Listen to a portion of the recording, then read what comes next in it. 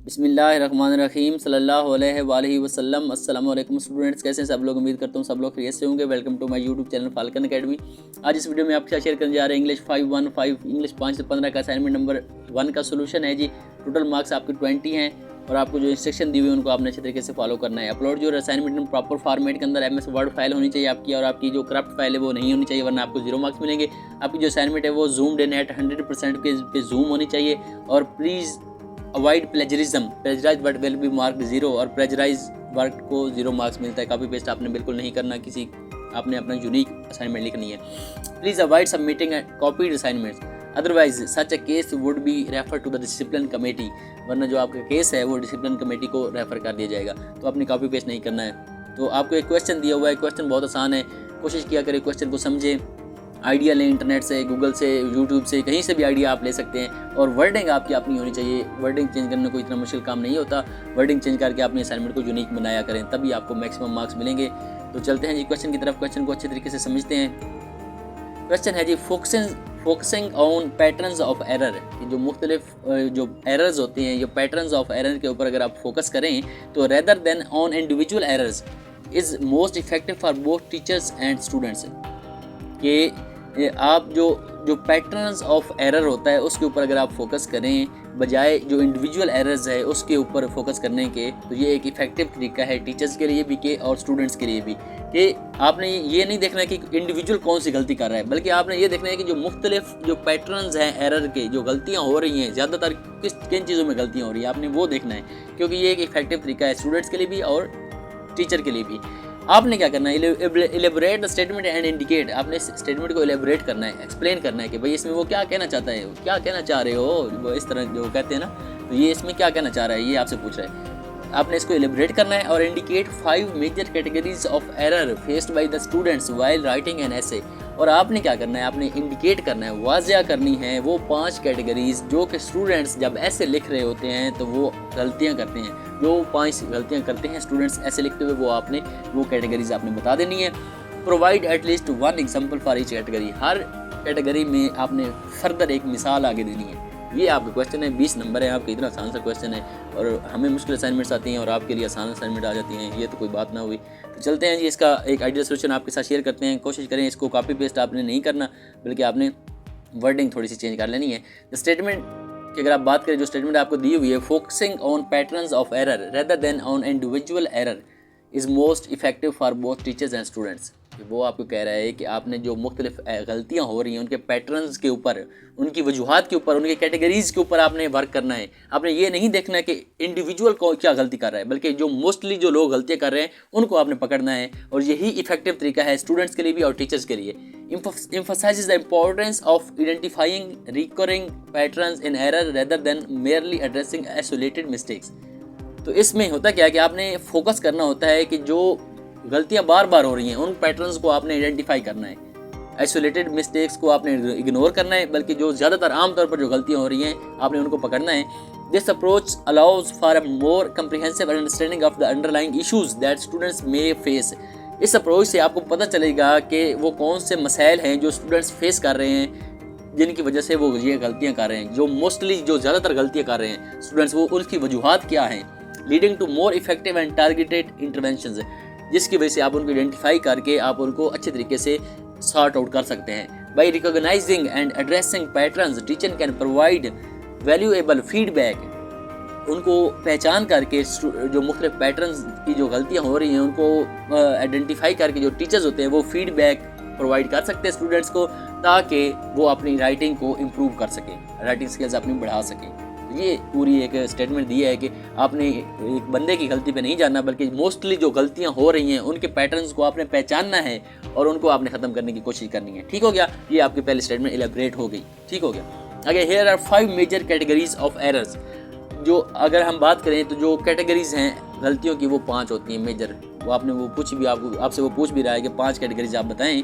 तो that commonly face while writing an essay along with examples. तो नीचे आपको 5 कैटेगरीज बताई गई हैं गलतियों की जो स्टूडेंट्स करते हैं, और ऐसे लिखते हुए जो स्टूडेंट्स से गलतियाँ होती हैं उनकी क्या क्या है। पहली है जी ग्रामर एंड सिंटैक्स एरर।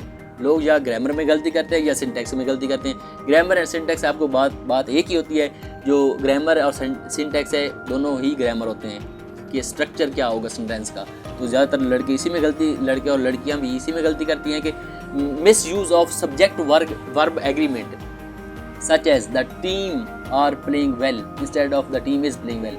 तो मुख्तलिफ जो लोग होते हैं वो स्ट्रक्चर में, जो सेंटेंस का जो स्ट्रक्चर होता है जिसको ग्रामर और सिंटैक्स कहते हैं, उनके अंदर गलती कर देते हैं। मिसाल आपको दी हुई है, द टीम आर, टीम आपको पता है एज ए सिंगुलर यूज़ होती है, सब्जेक्ट वर्ब एग्रीमेंट में वो गलती करते हैं, वो टीम आर लिख देते हैं, are playing well instead of team is playing well. उम्मीद है आपको समझ आ गई होगी कि कैसे ग्रामेटिकल मिस्टेक्स करते हैं। ये पहला पार्ट है। दूसरा है जी पंक्चुएशन एरर्स।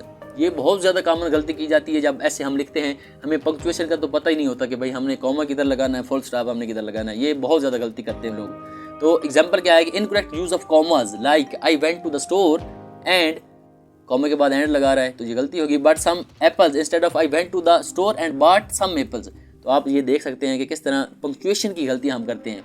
तो ये वो मुख्तलिफ गलतियों की इकसाम है कि स्टूडेंट्स जब ऐसे लिखते हैं तो कौन कौन सी गलतियां वो कर सकते हैं। आपसे पूछ भी वही रहा है, सवाल भी आपका यही है कि आपने वो 5 टाइप्स कैटेगरीज आपने बतानी है कि जब स्टूडेंट्स को ऐसे लिखने के लिए दिया जाता है वो कौन कौन सी गलतियां करते हैं। तो पंक्चुएशन एरर्स वो करते हैं, ग्रामेटिकल मिस्टेक्स वो करते हैं, उसके बाद sentence structures errors, sentence structures के अंदर जो मुख्तलिफ एरर्स होती है वो कर सकते हैं। मिसाल के तौर पर run on sentences, for instance she enjoyed the movie it was exciting instead of she enjoyed the movie it was exciting. मतलब ये है कि वो पास्ट को प्रेजेंट और प्रेजेंट को पास्ट कर देते हैं। तो ये रन ऑन सेंटेंस, मतलब सेंटेंस के आपने पढ़ा होगा इंग्लिश 101 के अंदर ये कंसेप्ट है कि रन ऑन सेंटेंसेस किसे कहते हैं कि जिस सेंटेंस की कोई सेंस ना बन रही हो।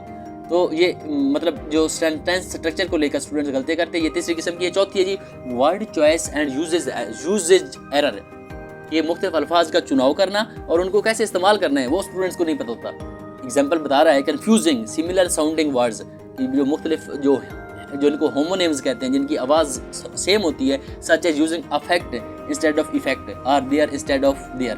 तो स्टूडेंट्स क्या करते हैं, वो जो सिमिलर साउंड के जो वर्ड होते हैं उनको उनमें कंफ्यूज हो जाते हैं, उनको नहीं पता चलता कि अफेक्ट किधर लगाना और इफेक्ट किधर लगाना है। तो ये चौथी किस्म की गलती है जो स्टूडेंट्स आमतौर पर करते हैं। आगे पांचवी गलती है जी ऑर्गेनाइजेशन एंड कोहेरेंस एरर्स।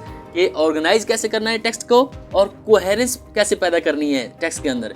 ये दोनों कंसेप्ट आपने पढ़े होंगे। कोहेरेंस और कोहेरेंस एक कंसेप्ट है जो कि इंग्लिश में ये भी पाया जाता है कि जो मुख्तलिफ सेंटेंस में जो वर्ड इस्तेमाल हो रहे हैं उनके अंदर कोहेरेंस होनी चाहिए। तो ऑर्गेनाइज ये भी ऑर्गेनाइजेशन का कंसेप्ट है। तो इसमें लोग गलती करते हैं। Example I lack of clear transition between paragraphs, कि मुख्तलिफ पैराग्राफ्स में जब स्विच करना होता है तो उधर गलती कर जाते हैं। Making it challenging for the reader to allow the logical follow of ideas. तो मतलब जिधर पैराग्राफ ख़त्म हो रहा है और जिधर से नया पैराग्राफ शुरू हो रहा है तो उसमें कोई तमीज़ वो नहीं कर सकते। तो ये ऑर्गेनाइजेशनल टाइप की गलतियाँ भी स्टूडेंट्स करते हैं। तो ये वो 5 मेजर किस्म की गलतियाँ हैं जो कि स्टूडेंट्स कर सकते हैं।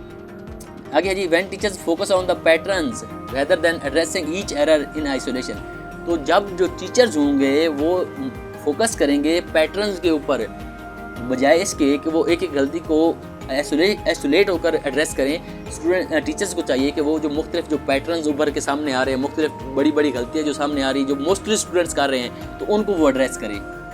They can guide students in recognising and correcting these issues systematically. उनको चाहिए कि वो स्टूडेंट्स को गाइड करें कि वो रीऑर्गेनाइज कर सकें और करेक्ट कर सकें इन इश्यूज़ को, इन गलतियों को। Students in turn can develop a deeper understanding of the rules and principles governing effective writing.